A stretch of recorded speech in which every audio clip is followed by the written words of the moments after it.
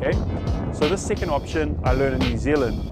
Now this one is a lot more protective of the wrist, okay? So if you tend to get lots of issues with your wrist, you tend to like strain your wrist a bit, then this one can be really good, especially when you're starting out, just to give you that little bit more kind of support and protection, okay?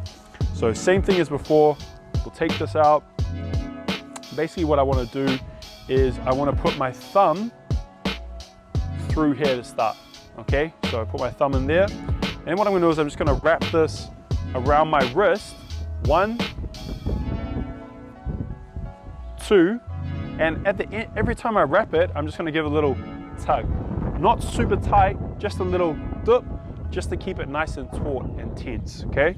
So 2, and then 3, okay? So I've got like a good kind of like width over my wrist, okay? Just to keep it nice and protected.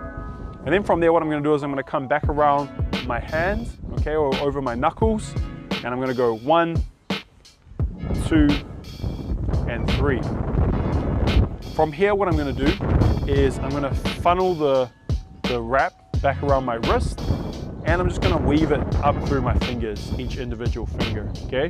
So coming up between pinky and middle finger, like so. 1, back around the wrist, and then coming up through middle and ring finger. 2, back around the wrist, and then through ring finger and middle finger and index, back around the wrist.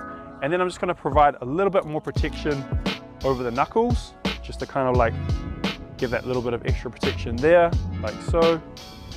And then I'm gonna finish up back on the wrist. So like this, yeah, back up and over and through, okay? So as you can see with this style, there's a lot more padding, a lot more support where the wrist is, but not as much over the knuckles. And on this one, there's a lot more support on top of the knuckles, but not as much on the wrist, okay? Neither is right or wrong.